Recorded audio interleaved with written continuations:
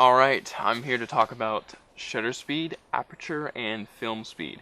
These are the three fundamental things that you need to absolutely know about your digital SLR camera right when you get it. If you can master these things, then you can take a picture right every single time. That's basically it. So let's go over shutter speed. Shutter speed is the duration of the curtain being opened that's in front of your camera sensor. So I'll take this lens off so you can actually see what the heck is going on.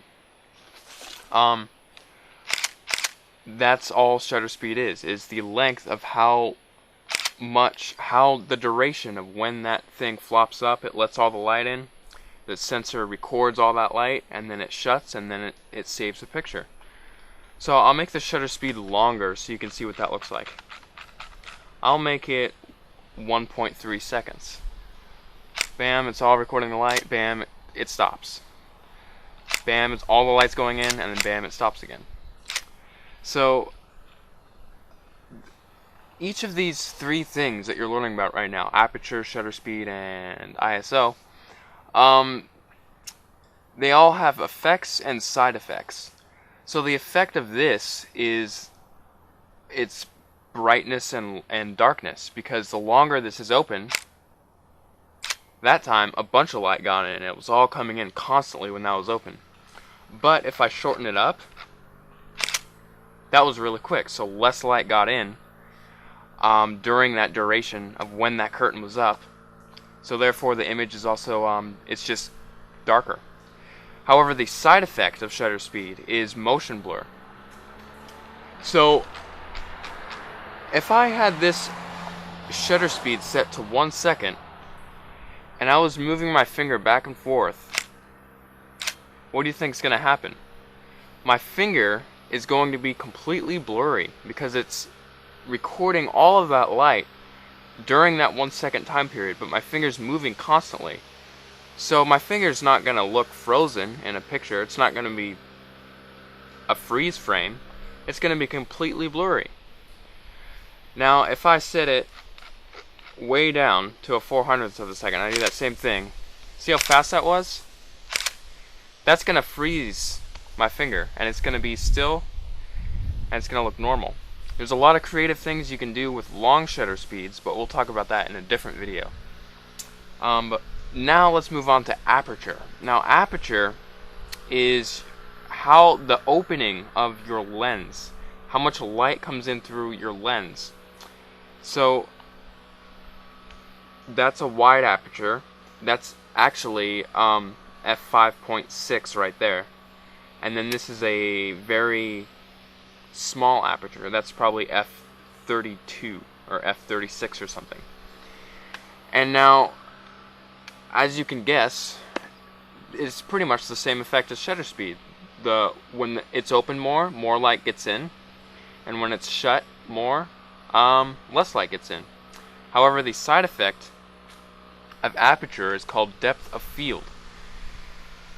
So when this is, and I'll explain this, when this is open all the way, and if I take a picture of my finger right here, and the focus point was on my finger, and this was at f5.6, and it was zoomed in all the way, let's just say, my finger would be crystal clear, but everything behind my finger and in front of my finger will be very blurry.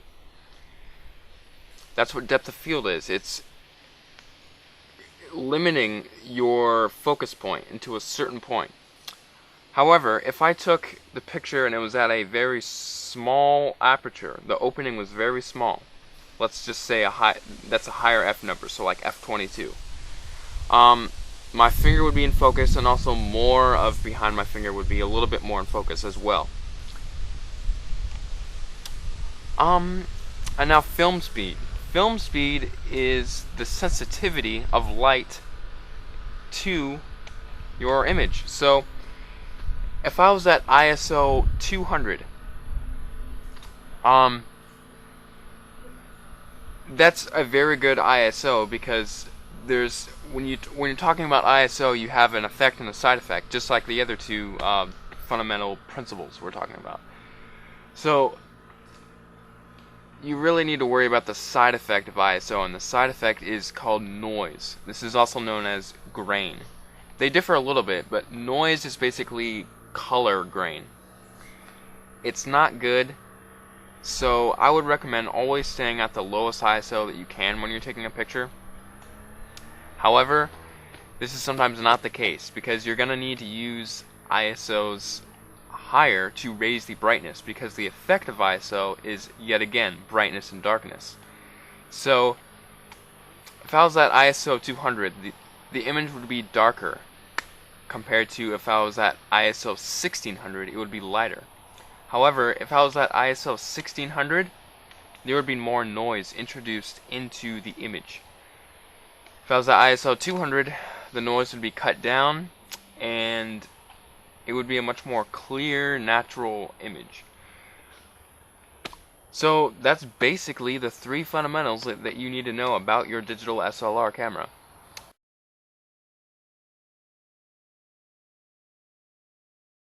You might be asking yourself, there's three variables, which one do I pick, and how?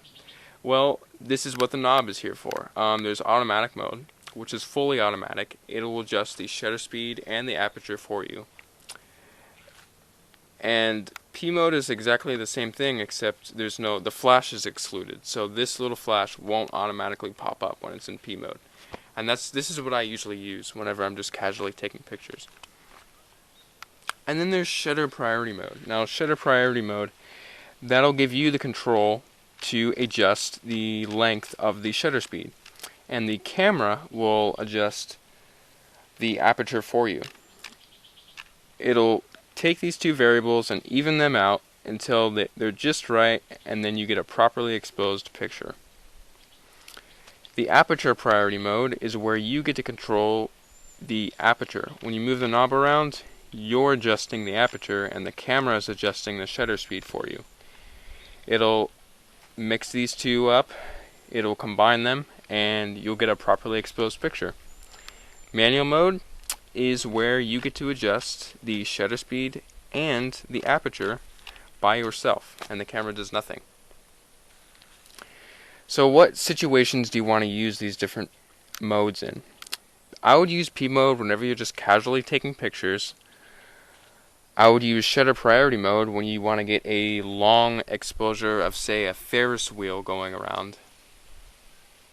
Or you could also use shutter priority mode if there's like a race car going by and you wanted a short shutter speed and you wanted the camera to adjust the aperture. And I would use aperture priority mode if you wanted to get like a really nice dreamy portrait.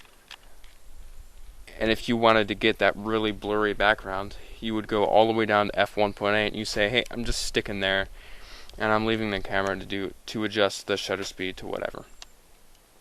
Or if you're taking a landscape, you would want to just bump it up to f16 and then let the camera adjust the shutter speed for you. And if you're doing manual mode, this is very useful when you're doing stuff on a tripod, or if you're outside and you're taking like night landscapes, because then you could adjust the aperture all the way down, and then you can adjust the shutter speed to a really long shutter speed, and then you could adjust your ISO by yourself as well and bump it all the way up. So now we're getting the maximum brightness we can out of our camera. We got the widest aperture, the longest shutter speed, and the most intense ISO.